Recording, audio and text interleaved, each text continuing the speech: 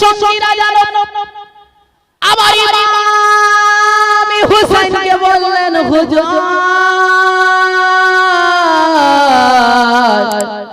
ওগো আমার প্রাণের হুজুর হুজুর গো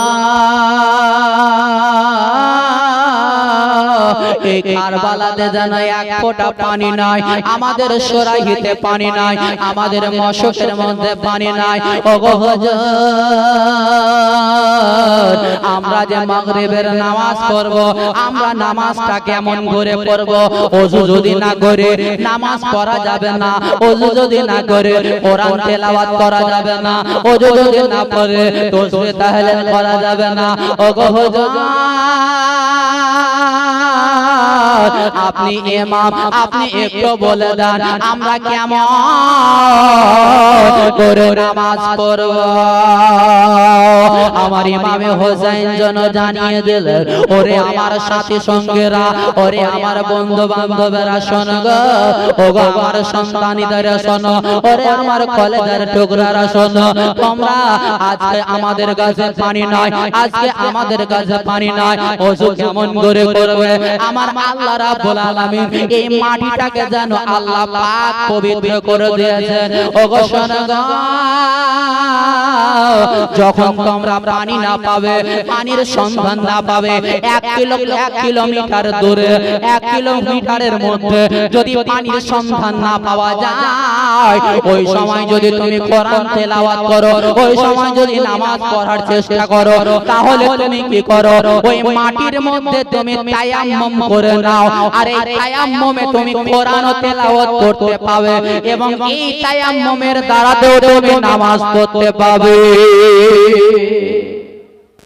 এই মাটি আমাদের জন্য আল্লাহ পাক করে দিয়েছে। হ্যাঁ, আজকে আমাদের জন্য কত ফ্যাসিলিটি আল্লাহ দিয়েছেন, দেয়নি? যদি আপনি পানি যদি না পান তাহলে হাত মেরে আপনি মাশা করে আপনি নামাজ পড়তে পারেন তায়াম্মুম করে। যদি 1 কিলোমিটারের মধ্যে যদি পানি না থাকে, কত বললাম মশলা আছে 1 কিলোমিটারের মধ্যে, যদি দেখেন যে এই জায়গাতে ওযু করতে গেলে আপনার জানের খতরা আছে, আপনাকে কেউ মেরে দিতে পারে, হয়তো কোনো হিংস্র যুদ্ধ আপনাকে আক্রমণ করতে পারে, তাহলে আপনাকে যাওয়ার প্রয়োজন নাই। আপনি কি করেন? মাটিতে আপনি এইভাবে হাতটাকে মেরে ঝেড়ে নেন আর আপনি 3 বার মাশা করে নেন। মুআজ্জাজ জামাইনে کرام মুখমণ্ডলে 3 বার মাশা করেন, 3 বার হাত ধুয়ে নেন, তাহলে আপনার তায়াম্মুম হয়ে যাবে। এই তায়াম্মুমে আপনি একেবারে মুকাম্মাল নামাজ আপনি পড়বেন। ওযু করে আপনি যতটা নেকি পাবেন, তায়াম্মুম করে নামাজ পড়লেও ততটা নেকি পাওয়া যাবে। জোরে বলো সুবহানাল্লাহ। কিন্তু পড়ি আমরা, হ্যাঁ কজনা পড়ি? যদি পানি না থাকে তো আমরা এটা একটা বাহানা পেলে বলবো যে পানি ছিল না, লেকিন নামাজই পড়া হলো। হ্যাঁ, পানি ছিল না, নামাজ পড়া হলো না। হ্যাঁ সুবহানাল্লাহ। মুআজ্জাজ জামাইনে کرام আজ আমাদের কাছে মসজিদে পানির অভাব নাই, মসজিদে ফ্যানের অভাব নাই, প্রত্যেকটা মসজিদে আজকে এসি লাগানো, আজকে আপনার আরাম ও আয়েশের জন্য আজকে টাইলস বসানো আছে, দামি দামি মার্বেল পাথর বসানো আছে। কিন্তু বিরাদার, যে মরুভূমির প্রান্তরের উপরে আজকে আপনার কি গরম দেখছেন, আপনি আজকে আপনার টেম্পার কি দেখছেন? আজ যে টেম্পার আছে, হয়তো দেখলেন যে 40% টেম্পার, আজকে রোদের টেম্পার আছে, কিন্তু কারবালার ধরতিতে আপনার 70 থেকে 80 কিংবা 100 আপনার টেম্পার ছিল, যে সূর্যের আলাদা ছিল। এই সূর্যের তাপ আপনার মাটির মধ্যে পড়ে এই বালু চরগুলো যেন একেবারে আগুনের মতো, আগুনের সমতুল্য হয়ে গিয়েছিল। জোরে বলুন সুবহানাল্লাহ। কারবালার মাটিতে আপনার পা দেওয়া যেত না, পা দিলেই আপনার ফোসা পড়ে যেত, এত সূর্যের ভোল্টেজ ছিল। সামাইনে কেরাম, আমার ইমাম হোসেন রাদিয়াল্লাহু তাআলা আনহু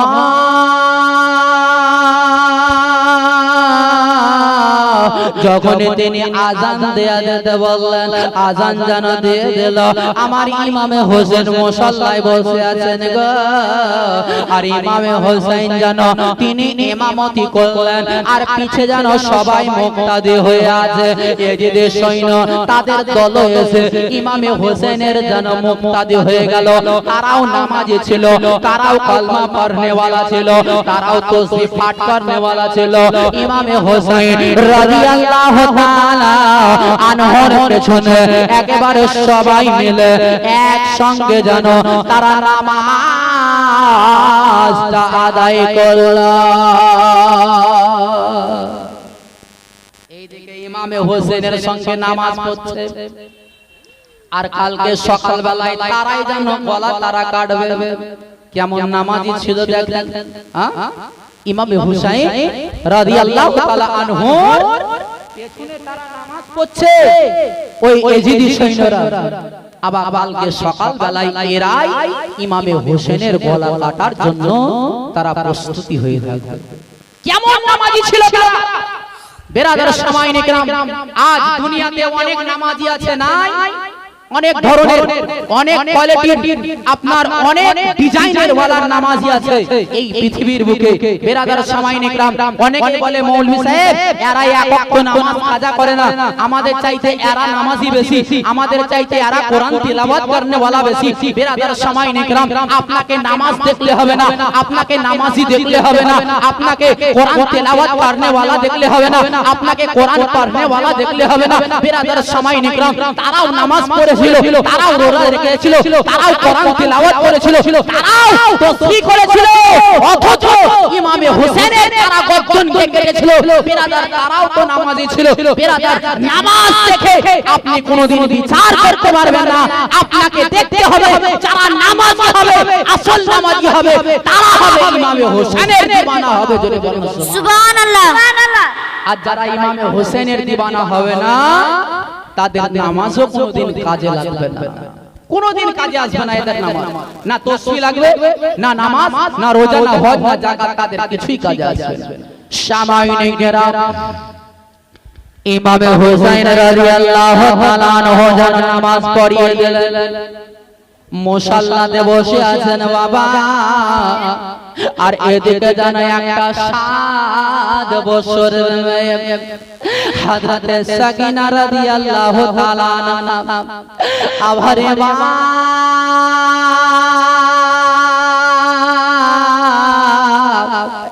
ইমামে হোসেন বলছে, বেটি বেটি রে, ও গো বেটি সাকিনা, এসো বেটি এসো, আমার কাছে এসো, আমার কাছে এসো। আমার ইমামে হোসেন যেমন ডাকলেন, ওই 7 বছরের মেয়ে ইমামে হোসেনের কাছে একেবারে ছুটতে ছুটতে হযরতে সাকিনা যেন পৌঁছে গেলেন। আব্বা, ও গো আমার আব্বা কি এমন কথা বলে, আমাকে কি কথা জিজ্ঞাসা করবে? ইমামে হোসেন বললেন, বেটি, ও বেটি সাকিনা, যাও রে বেটি যাও, ওই সিন্ধুকের ভেতরে একটা কোরআন শরীফ রাখা আছে, এই কোরআন শরীফটাকে বুকের মধ্যে জড়িয়ে ধরো, বুকের মধ্যে লাগিয়ে নিয়ে এই কোরআনটাকে আমার কাছে নিয়ে এসো রে, এসো রে এসো। আমি তোমাকে একেবারে কোরআনটা শুরু করিয়ে দেই, হয়তো কোরআন খতম করাতে পারবো কি পারবো না, তোমাকে কোরআন শুরু করিয়ে দেব, কোরআন শেষ করাতে পারবো না। বেটি রে এসো বেটি এসো, একবার আমার কাছে এসো, এই জনম জনমের মতো আমি তোমাকে কোরআন পড়ে দে। হযরতে সাকিনা জানো আব্বাকে বললেন, আব্বা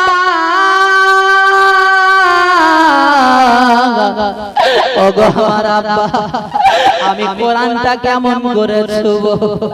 আমার আল্লাহ রাব্বুল আলামিন বলেছেন তুমি কোরআনকে অতক্ষণ পর্যন্ত ছুঁয়ো না যতক্ষণ পর্যন্ত তুমি পাকি হাসিল না করবে, তুমি পবিত্র না হয়ে যাবে, তুমি পাক না হয়ে যাবে, অতক্ষণ পর্যন্ত এই কোরআনটাকে তুমি স্পর্শ করতে পাবে না। এই কোরআনকে বিনা ওযুতে ছুঁতে পাবে কেউ, পড়তে পাবে? এই কোরআনকে কেউ ছুঁতে বা পড়তে পাবে না বিনা ওযুতে। আমার ইমামে হোসেন বললেন বেটে হযরতে সাকিনা তিনি যেন আব্বাকে বললেন আব্বা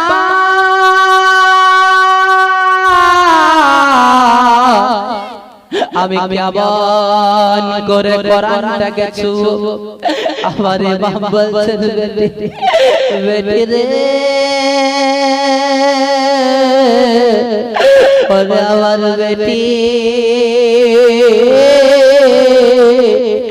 এই কিমার ভিতরে একেবারে এই মরুভূমি বালির উপরে তুমি তায়াম্মুম করে নাও রে বেটি, তায়াম্মুম করে এই কোরআনটাকে আমার কাছে নিয়ে এসো, তোমাকে জনম জনমের মতো আমি পড়ে দেব।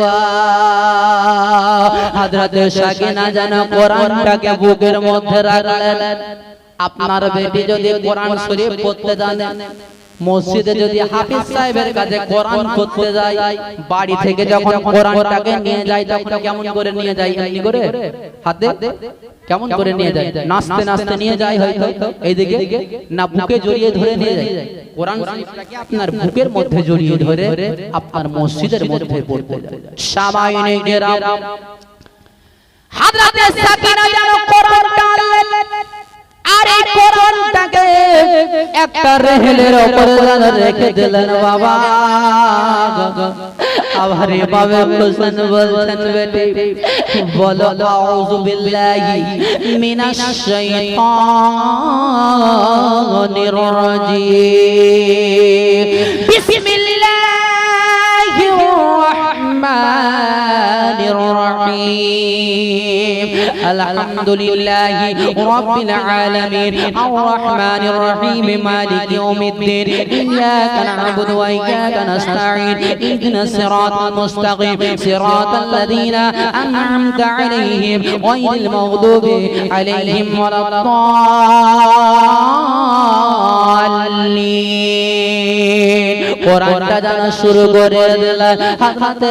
হযরতে সাকিনা যেন কোরআন পড়তে লাগলেন। বেরাদার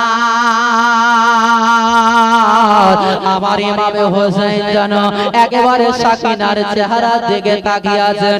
বাপ বেটির এমনই একটা ভালোবাসা, বাপ বেটির এমনই একটা মহব্বত, যে বাপ যে বাপের বেটি আছে এই বাপ বুঝে বেটি বাপকে কতটা ভালোবাসে আর বাপ বেটিকে কতটা ভালোবাসে। এটা বাপ ছাড়া পৃথিবীর কেউ জানে না, আর বেটি ছাড়া পৃথিবীতে কেউ কোনোদিন বুঝতে পারে না। বাপ সবচাইতে বেশি বেটিকে ভালোবাসে। কেন বলেন তো? কেন বেটিকে সবচাইতে বেশি ভালোবাসে? বেটির মর্যাদাটা এত কেন আল্লাহ এত বাড়িয়ে দিয়েছে কেন? যেহেতু আমার নবী মুস্তাফা সাল্লাল্লাহু আলাইহি ওয়াসাল্লাম তিনি হযরতে ফাতেমাতুজ জোহরা রাদিয়াল্লাহু তাআলা আনহাকে বলেছেন আল ফাতেমাতু বিদআতু মিন্নি, হযরতে ফাতেমা রাদিয়াল্লাহু তাআলা আনহা হচ্ছে আমার শরীরের একটা অঙ্গ। জোরে বলুন সুবহানাল্লাহ। যারা ফাতেমাকে কষ্ট দেবে তারা যেন আমাকে কষ্ট দেবে, যারা ফাতেমাকে ভালোবাসবে তারা যেন আমাকে ভালোবাসবে, আর আমাকে যারা কষ্ট দেবে আল্লাহকে তারা কষ্ট দেবে। যারা আমাকে ভালোবাসবে নবী বললেন তারা আল্লাহকে ভালোবাসবে, আর যারা আল্লাহকে ভালোবাসবে আল্লাহ বলছে আমি তাদেরকে জান্নাতে রেখে দেব। জোরে বলুন সুবহানাল্লাহ। সুবহানাল্লাহ। তাহলে বাপ বেটির যে একটা রিশতা বা ভালোবাসা এটা বাপ ছাড়া কেউ জানে না, আর বেটি বাপকে কতটা ভালোবাসে এটা বেটি ছাড়া কেউ জানে না। সামাইনে যারা ইমামে হুসাইন যেন তাকিয়ে আছে, হযরতে সাকিনা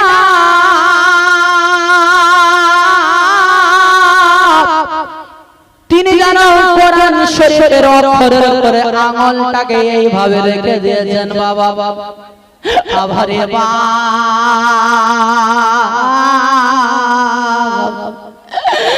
তিনি যেন জানছে ওগো আল্লাহ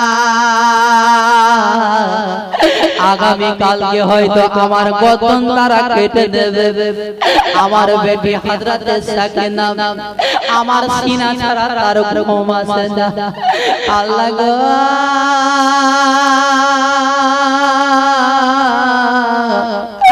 ওগো আমার আল্লাহ আমি যখন দুনিয়া ছেড়ে চলে যাব আমার বেটি সাকিনা এই দুনিয়াতে কেমন করে ধৈর্য ধারণ করবে এই ভাবনা চিন্তা নিয়ে এই টেনশন মাথায় নিয়ে আবার এভাবে হুসাইন রাদিয়াল্লাহু তাআলা আনহু তিনি যেন একেবারে কোরআন শরীফের দিকে তাকিয়ে আছেন হযরতে সাকিনার দিকে তাকিয়ে আছেন বাবা আর চোখ দিয়ে যেন মতির মতো একেবারে টস টস করে পানির ফোয়ারা যেন পড়তে পড়তে হযরতে সাকিনার আঙুলের ডগাতে যেন একটা ফোঁটা পড়ে গেল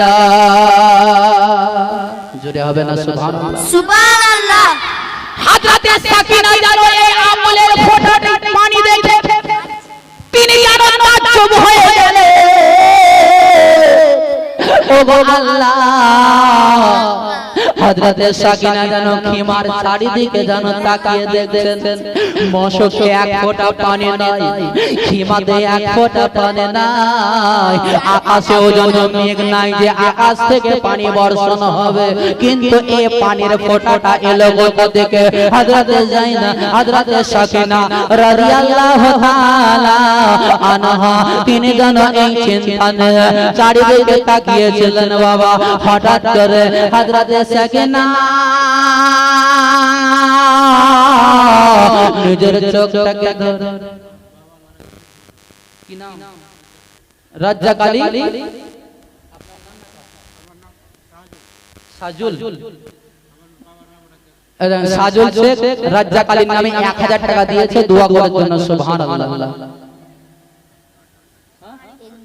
হ্যাঁ হ্যাঁ বলুন 1000 টাকা দিয়েছে আল্লাহ তাআলা তিনাকে যেন জান্নাতবাসী করে একবার দুই হাত তুলে দোয়া করে আল্লাহুম্মা সাল্লি আলা সাইয়্যিদিনা শাফিনা হাবিবানা মাওলানা মুহাম্মদ বারিক ওয়া সাল্লিম সাল্লাল্লাহু সাল্লাতু ওয়া সালামু আলাইকা ইয়া রাসূলুল্লাহ সাল্লাল্লাহু তাআলা আলাইহি সাল্লাম ইয়া আল্লাহ যে রাজ্জাক শেখের নামে 1000 টাকা দান করেছে মাওলা তুমি অন্তর্যামী মাওলা গো জানি না কবরে কি অবস্থায় রয়েছে আল্লাহ দানের ওসিলায় মাওলা তার সকল কবরের আযাবকে maaf করে দাও আমিন আমিন আল্লাহ আমিন আমিন মোদের দোয়া কবুল করো রব্বুল আলামিন আমিন বাকিলা ইলাহা ইল্লাল্লাহু মুহাম্মাদুর রাসূলুল্লাহ আপনাদের বাপ মা না আপনারা বাপ মার নামে কিছু দিতে পারবেন না ভাই এ ভাইরা পারবেন না 50 টাকা করে মা আপনাকে কত ভালোবেসে এই দুনিয়ার মধ্যে রেখেছে এই মায়েদের কত শান জানেন এই মা যখন চলে যায় তখন পৃথিবীটা একেবারে অন্ধকার হয়ে যায় এই মায়ের মতো পৃথিবীতে আপনি দ্বিতীয় কাউকে খুঁজে পাবেন না এই মা আপনার যেদিন চলে যাবে যাদের মা দুনিয়াতে বেঁচে আছে এখন হয়তো বুঝে না মায়ের এখন তারা এখন মায়ের ভালোবাসা তারা বুঝে না যেদিন আপনার এই মা দুনিয়া ছেড়ে চলে যাবে আপনার সেদিন সে বুঝবে যে মা কতটা মানে ভালো ছিল এইজন্য কবি কি বলছে মা গো তোমার মত লাইনা কে হো আমায় গোপে কাঁদে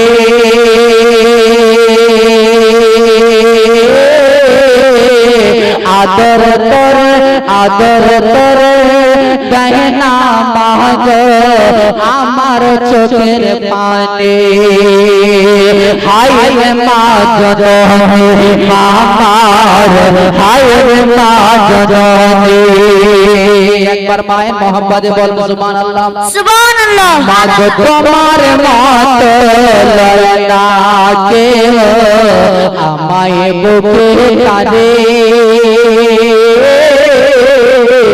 আদর করে আঁচল দিয়ে মুছে তাকে আমার চোখের পানি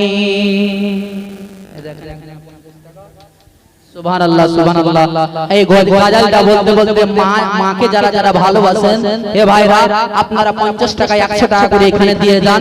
হয়তো কাউরি মা এখানে ঘুমিয়ে আছে, বেরাদের সময় নেকরাম, তাদেরকে আমি বলবো যে মায়ের নামে 50 টাকা 100 টাকা করে দিয়ে যান। মা গো তোমার মত লায়না কেহ আমায় বুকে কাঁদে, আদর করে মোছে আঁচল দিয়ে মোছে নাকে আমার চোখের পানি। হায় রে মা জননী আমার, হায় রে মা জননী। মা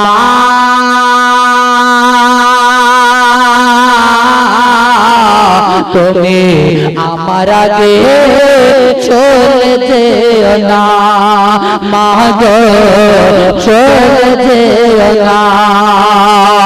মা তুমি আমার আগে চলে যেও না। দেখেন এক ভাই আসছে 50 টাকা দিবে বোধহয়, এমন চলে গেল যেদিকে যে। সুবহানাল্লাহ সুবহানাল্লাহ। একবার মোহাম্মদে বলেন সুবহানাল্লাহ।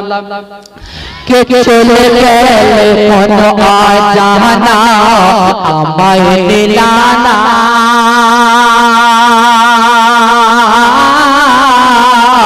চলে গেলে মন আজানা আমায় নিলানা। পথে পথে কান্দি আমি নাই যে ঠিকানা, মা গো নাই যে ঠিকানা।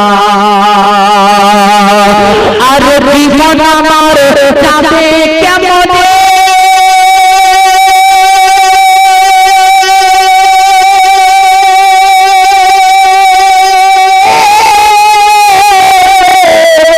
জীবন আমার যাবে কেমনে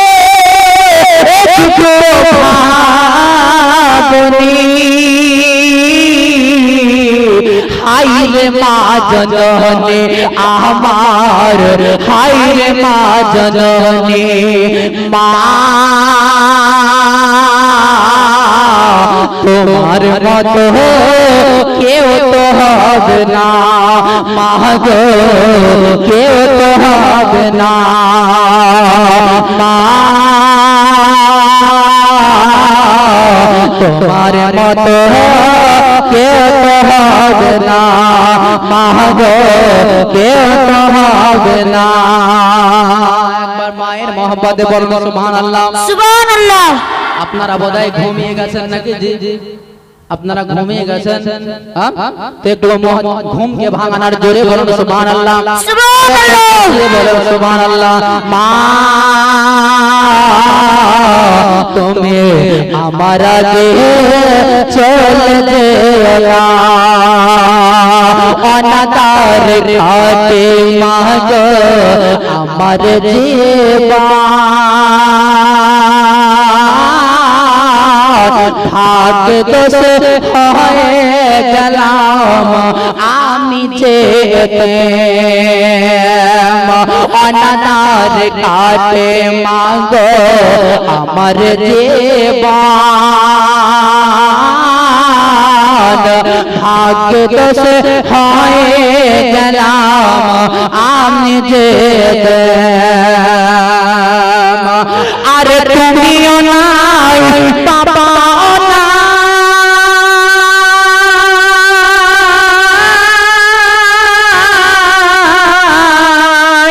তুমিও নাই বাবাও নাই, দুঃখী আমি এমনি। হায় রে মা জননী আমার, হায় রে মা জননী। মা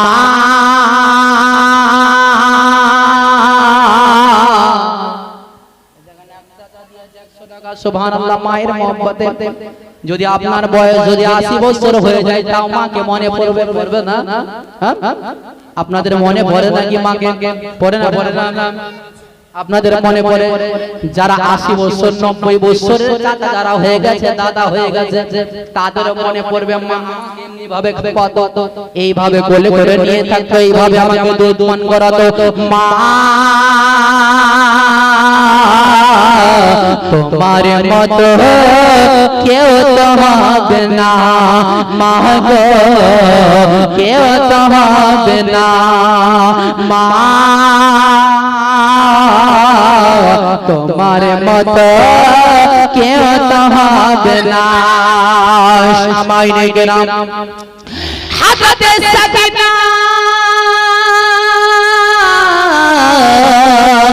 যখন তিনি আব্বার চেহারার দিকে তাকিয়ে দেখলেন,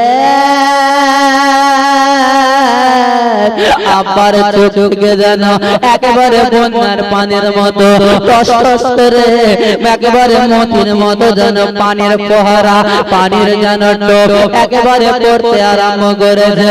আব্বা গো আমার আব্বা, আপনি কেন এইভাবে কান্না করেন? এইভাবে আপনি অঝর কেন কাঁদেন? আবার ইমামে হোসেন সেদিন বলেছিল, বেবে ওরে বেবে শোনো রে, আমি যে তোমাকে আজ কোরআন পড়ালাম, কোরআনটাকে শুরু করে দিলাম, ওরে বেটি মনে হয় যে দুনিয়াতে আর কোনদিন এই কোরআন তোমার শেষ করাতে পারবো না।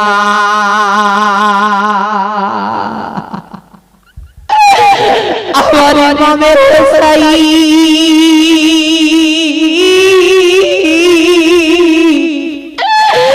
যখন তিনি এইভাবে কান্না করতে লাগলেন, ওই 7 বছরের ইমামে হোসেনকে যেন একেবারে জড়িয়ে ধরলেন।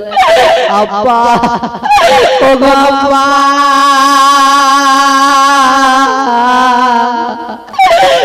এই কথা আপনি কেন বলেন? এই কথা আপনি কেন মুখ থেকে বাহির করছেন? আব্বা গো